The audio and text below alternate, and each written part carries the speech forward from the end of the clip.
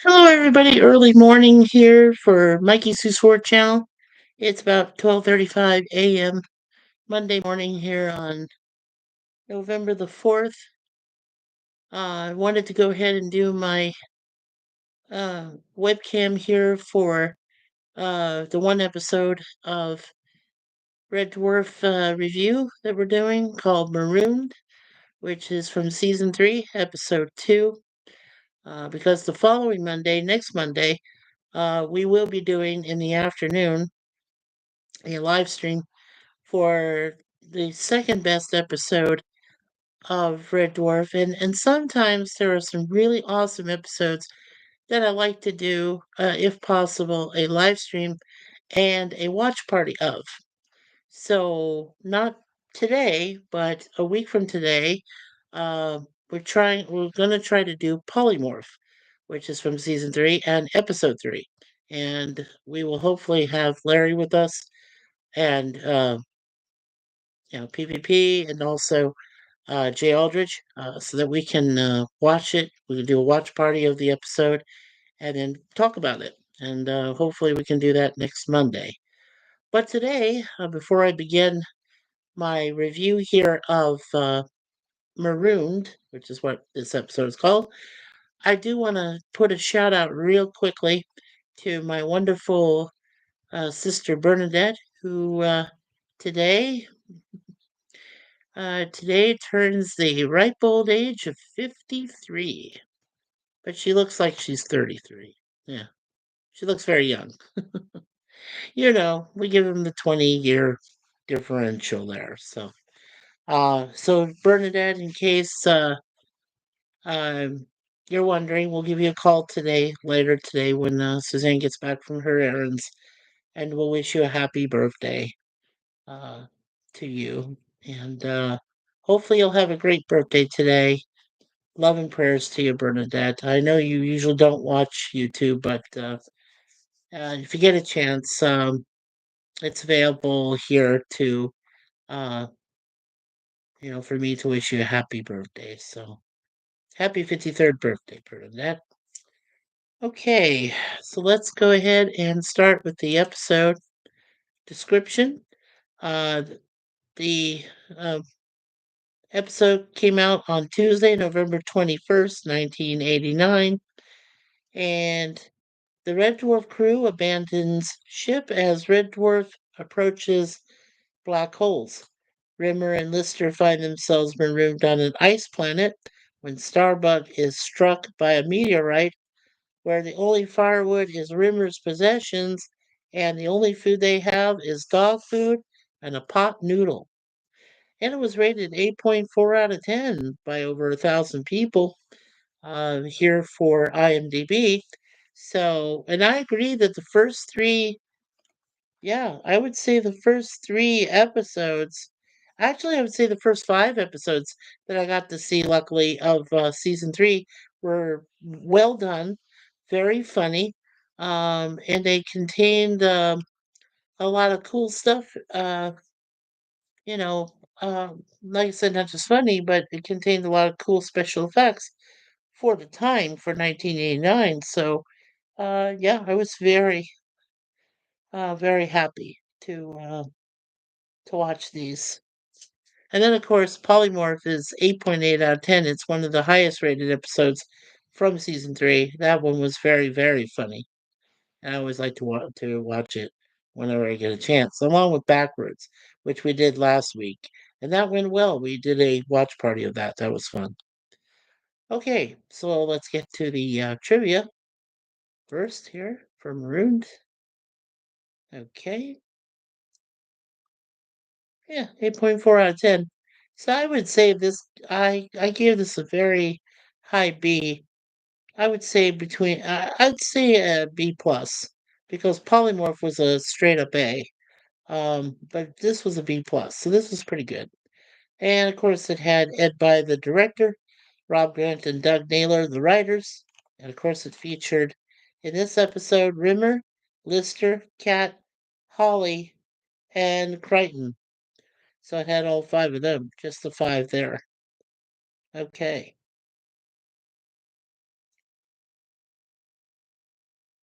All right. And let's see.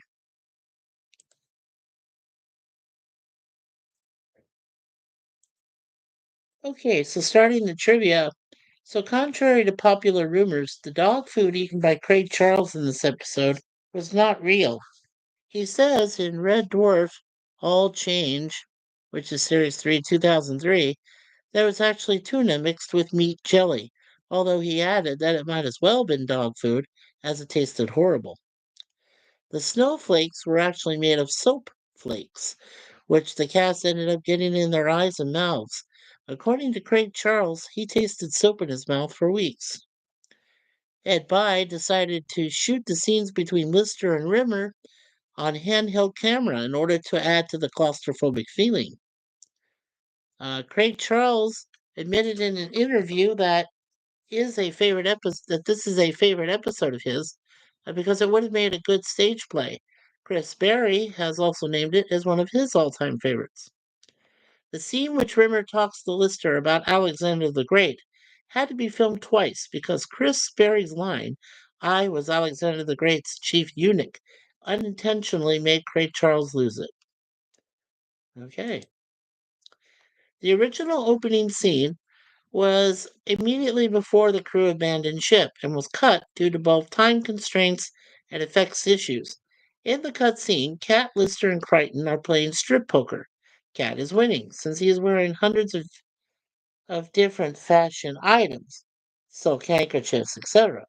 Lister is down to his boxers, having put his gold tooth cap in. Crichton is losing, having removed his black outer plastic casing, revealing the fleshy colored part underneath. Crichton ends up removing his head and one of his hands and puts them in on the table, although the headless Crichton effect was never perfected.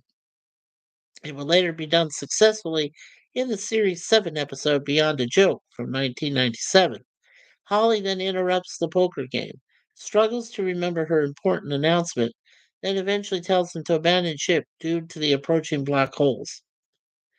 The episode was originally titled Men of Honor, referring to the theme of the story of the sacrifices Rimmer and Lister had to make. The title was later changed to the shorter Marooned.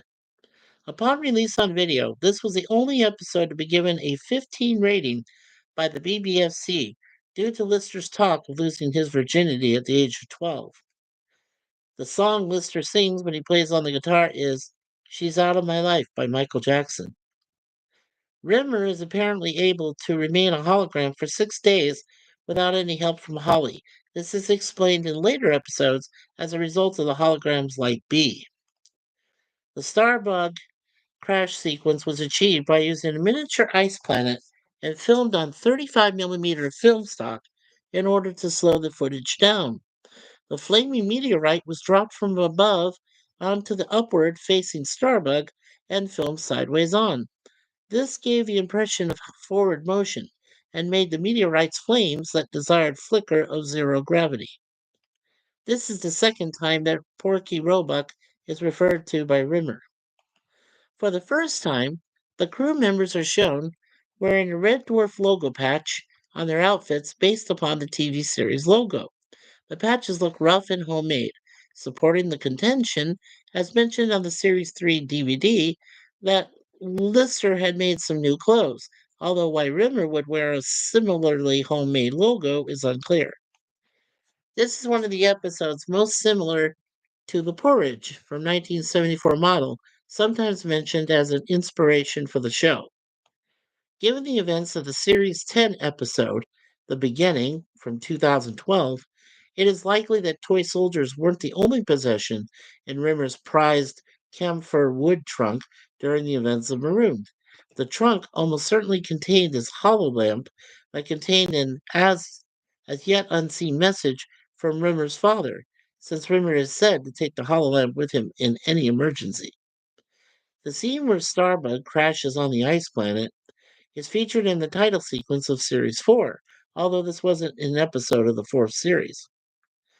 One of the food items on Starbug that Rimmer mentions is Bonjela gum ointment. In Stoke Me a Clipper from 1997 episode, Rimmer's alter ego Ace Rimmer rescues Princess Bongella from the bad Germans. The line from William Shakespeare Richard III, which Rimmer tries to quote and can't remember the entire line, is, "Now is the winter of our discontent. May glorious summer by this son of York." For the icy wasteland scenes with Crichton and Cap, blue screen was used, but a more realistic snowscape scene was created for Lister's blowing about scene. Soap powder was blown down the set by powerful fans.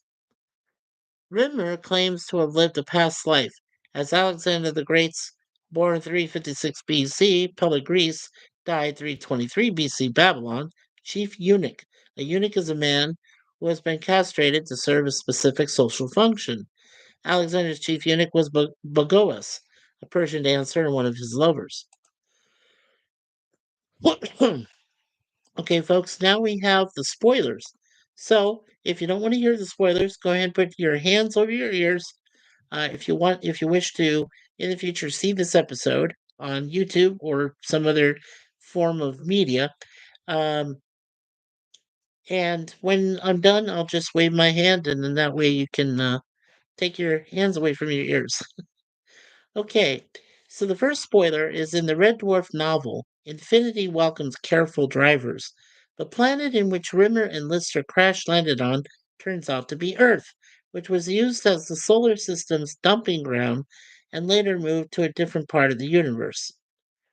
And the second one is due a temporary but dramatic shakeup in the cast lineup in Series 7, Rimmer leaving and Chris Kochanski coming in. A similar bottle episode was devised in the episode Duct Soup, DUCT, from 1997, to better acquaint viewers with the new character lineup. Oh, that's so cool. Okay, it is Monday, Gorilla. Gorilla's Random Thoughts is here this morning. Isn't Red Dwarf supposed to be Mondays? It is, sir. For me, it's Monday. It's 12:48 a.m. Monday morning. I'm just doing this real quick because it's a webcam um, type episode. Next Monday, though, later on in the afternoon on Monday, we will be hopefully being able to do a watch party for episode 3 of season 3, which is called Polymorph. That is a great, funny episode. Like, out, the spaghetti, alphabet the spaghetti, and then the thing hits his, forehead and, like this, and then takes out all of his fear and everything, and yeah, turns him into a normal, learned guy with glasses on and stuff. Remember? Yeah, it's funny. It is. It is. But I'm glad you're here, Gorilla. Um, I'm sorry the thing didn't work out with you tonight with Chucky. I wanted to be there with you and try the panel and stuff, but the Evie Mux wasn't working for me. I'm not sure why. Because I did try to get in, but it kept saying didn't have permissions to get in or something. I don't know. It wasn't working with because I do use Google Chrome. I do use Chrome, so I guess maybe Resolute said it didn't work with Chrome or something. I wasn't sure. But anyway, um, it's okay. I will still see you, like I said, on Friday. I'm just doing this today because, um, you know, Suzanne's doing some other things, and I want to take some time off today and have a lot of time to rest because I need some rest. Because I did a stream yesterday, another stream the other day before, and I don't know. I'm an old man. I get old, and I'm just like going, I feel like I was going to sleep. So, but it's great to see you, my friend. Let's see. Okay, so the goofs from this episode. Okay, first of all, we have a factual error. When Lister rips out page 61 of Lolita, he rips out the left side page, which would have been page 60. And then there's a couple of incorrectly regarded as goofs, so they're really not goofs. But when Lister is burning the wood chest, Rimmer can smell the wood burning in the fire. However, since Rimmer is only a hologram, he shouldn't be able to smell anything. But that idea would also assume he wouldn't be able to see either. We later see that Rimmer's hologram is controlled by an electronic sphere, and this must be able to detect sensory information.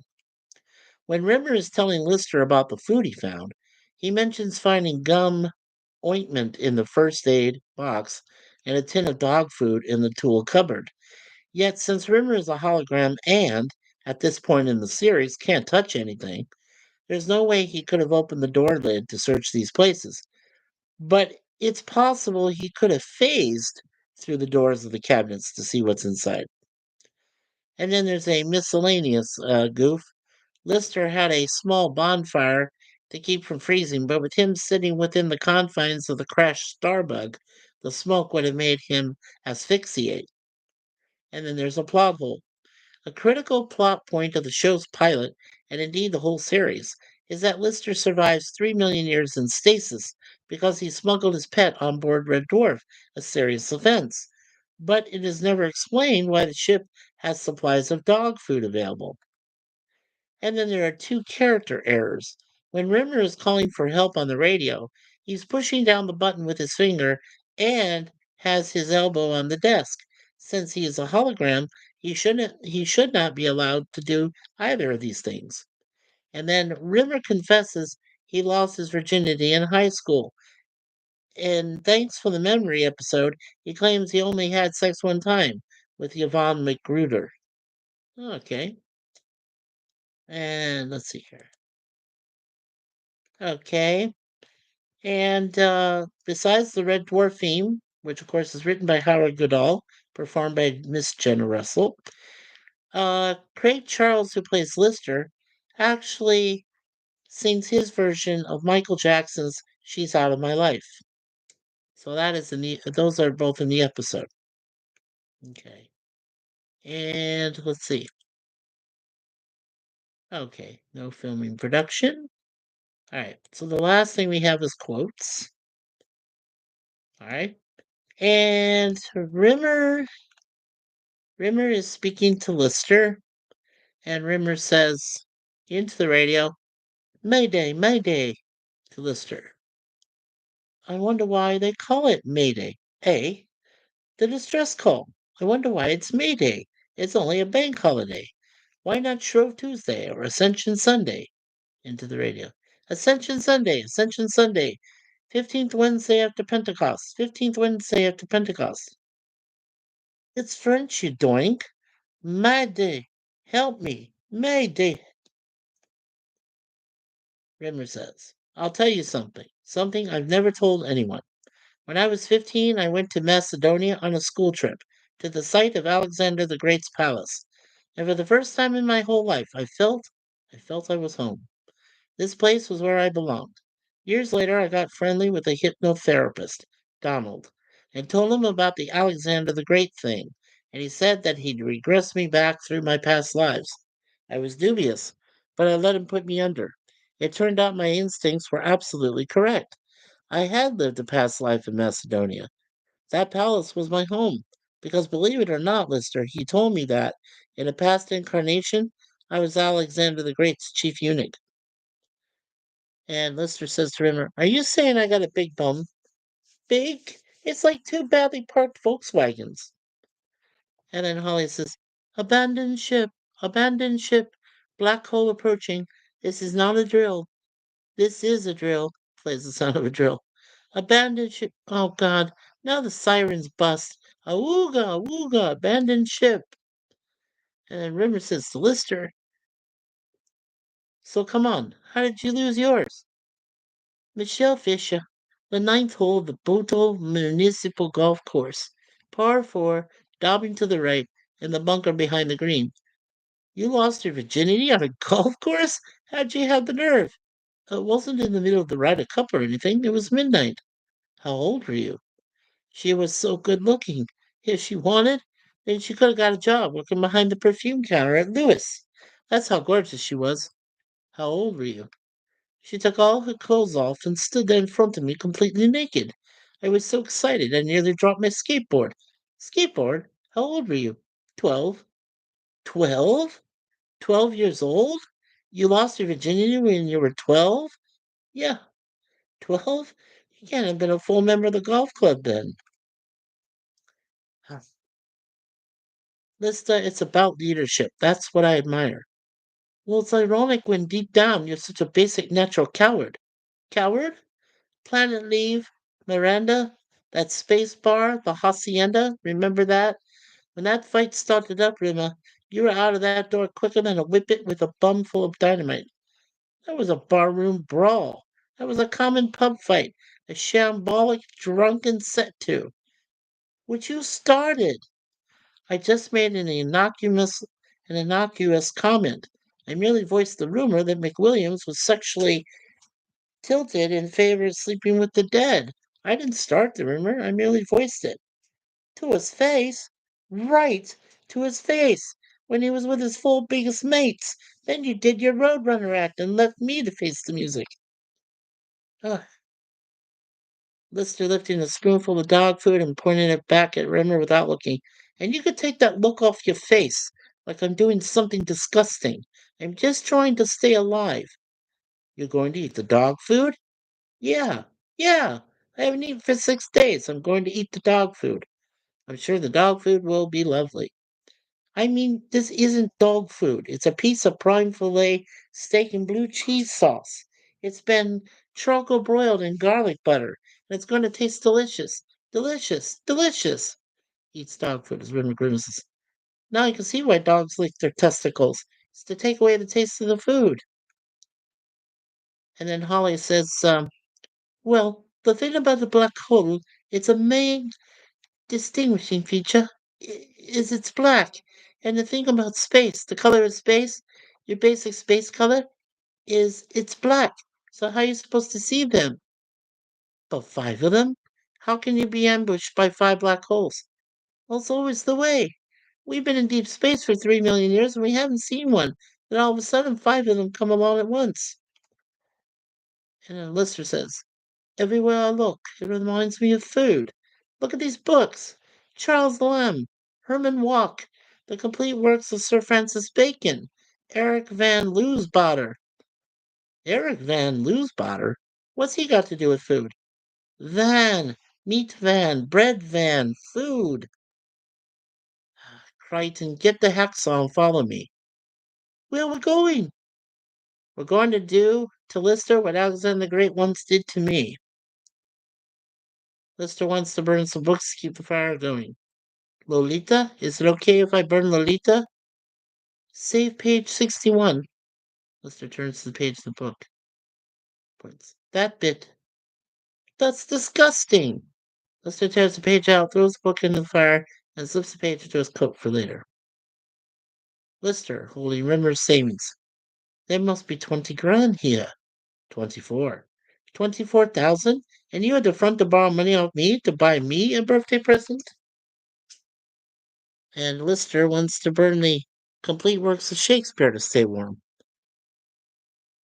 You've gone without food for 2 days and you're turning into a barbarian. I'm just burning a book. But it's not just a book. It's the only copy of probably greatest work in English literature. Probably the only copy left in the entire universe. Have you ever actually read any of it? I've seen West Side Story, that's based on Shakespeare. Well, have you ever actually read any of it? Not all the way through, no, but I can quote some, though. Well, go on then. Rimmer hunches his shoulders in a bizarre fashion. Now, that's all I can remember. What's that from then? Richard the Third, you moron. That brilliant now speech he does at the beginning. Now something, something, something, something. Oh, it's brilliant. Unforgettable. Okay. Might have to turn permissions on. Oh, oh, you know what? I'll bet that's what it was. It said I didn't have permission. That's what it said on there. I didn't have permissions to go on. Yeah, you have to turn the permissions on in your room to allow people to come in. That's possible. I'm pretty sure that's what happened. Because I tried to get in and it said that I didn't have permission. So yeah, you have to turn permissions on. That's true. Yeah. Okay, so like I said, this episode Marooned did get a high B plus for me, between the B plus and A minus. So I went ahead and just gave it a B plus. Pretty much a 4.4 out of. I gave it a 4.4 out of 5 stars. I thought it was pretty good, and like I said, the first 5 episodes of season 3 are actually very funny, and that's why I decided instead of this week, next Monday, I wanted to do Polymorph as a live stream and try to do a watch party. So that, but I haven't determined the time yet for that, but I will know by Sunday because we have a lot of plans going on this week for things to do. So, um, for other stuff, I gotta do those other episodes too for Wednesday and Thursday, and then of course Tuesday I'm doing Where No Man Has Gone Before in the afternoon before your thing, Gorilla, so we won't interrupt it. So probably around 3:15 in the afternoon is what I'm planning for that for Tuesday to give our own perspectives on that TOS episode with feature Gary Lockwood as Mitchell and Sally Kellerman. So yeah, so that is tomorrow. And like I said, I'll set that up for 3:15 p.m. Eastern time, which is 2:15 in the center of the earth, the central time zone, and 1:15 in the mountain, and 12:15 p.m. in the Pacific time zone, which is PvP's area and Larry's. So yeah, so we got that all set up. We'll get that all set up for tomorrow afternoon and on Tuesday. Of course, don't forget the election. Make sure you go to Gorilla's uh, main site there, Gorilla's Random Thoughts, so that you can, watch his coverage of the election night on Tuesday night, the 7th. And, I'm sorry, on the 5th, not the 7th. Sorry about that. On November 5th. And then, please, please, everyone, make sure that you um, give your prayers, love, and support for Larry, our friend there from Beersif Adventures, and my brother, who will be burying his mom on Thursday, November 7th. Make sure you're there for that. Also, um, right around this time, since it's normal webcams, normally if it's that time, I will do it like in the mid evening because I don't really sleep a lot, and I find that if I do these episode reviews ahead of time, early in the morning, really early, then I can go to bed and I can rest, and then I don't have to worry about them until late, till the next day, and then after that. And I hope to be there for Gorilla's Walton stream on Friday night, and then on Friday night we're also here on the channel. We'll be doing our next Star Trek film review from our own perspective, which is Star Trek 7, and it's known as simply Generations. So that's going to be a lot of fun with Picard and Kirk working together in the Nexus to stop Soren. Uh, Tolian Soren, played by Malcolm McDowell. Should be a lot of fun, and we'll also make a lot of fun of Deanna Troy, played by the wonderful Martina Sirtis, for flying the Enterprise into Veridium 3. So, and the Doral sisters, yes, Beator and Lursa. So, that's going to be a lot of fun, and that will be on Friday night. And then next week, weekend, on uh, as a co-host, I also promote Charlotte Nightstar, the Werewolves channel. And next Saturday and Sunday, which is November 9th and 10th, yeah, on November 9th and 10th at 4:05 p.m. Eastern, we will be doing a full watch party commentary, MST3K like, on a movie called Death Becomes Her, which features Bruce Willis along with Goldie Hawn, Isabella Rossellini, woohoo, yeah, and Meryl Streep. So I hope that all of you will be able to watch these upcoming um, webcams that I do. Like I said, I still am doing till the end of this month. For now, the Greatest American Hero 2 episodes reviewed on Wednesday, and every Thursday, um, 2 episodes of the greatest 1980s action, drama, comedy show, everything, the A-Team. And I'll be doing 2 episodes of that, of course, this coming Thursday, around the same time that I did this one tonight. And as I said, for now, it's just going to be 1 episode a week on Mondays for Red Dwarf, unless it's a special where then we will do a live stream at 3:15 in the afternoon Eastern on certain days, like next Monday on the 11th. And yeah, and then like I said, on Tuesdays we'll be doing live streams, same time, 3:15 p.m. In the Eastern time zone, for the original series of Star Trek TOS, 1 episode a week. Hope to do that at least, like I said, till the end of November. Then remember, folks, we're doing um, the only holidays we're doing are Thanksgiving, which falls on November 28th. We have Christmas Eve on December 24th, Christmas Day on December 25th, and New Year's Eve on December 31st. And between all of that, there will be one webcam done on December 1st, and that will be to announce the final results of the 3 polls that we have in our community section of our channel. And then finally, on January 1st, I will be doing a special webcam letting you folks know what our future plans will be after I've given you the final poll results on December 1st. And January 1st is going to be a big shock to a lot of you. It will be. Um, we have too much else going on in our regular lives that we need to do those things that need to be done to be done.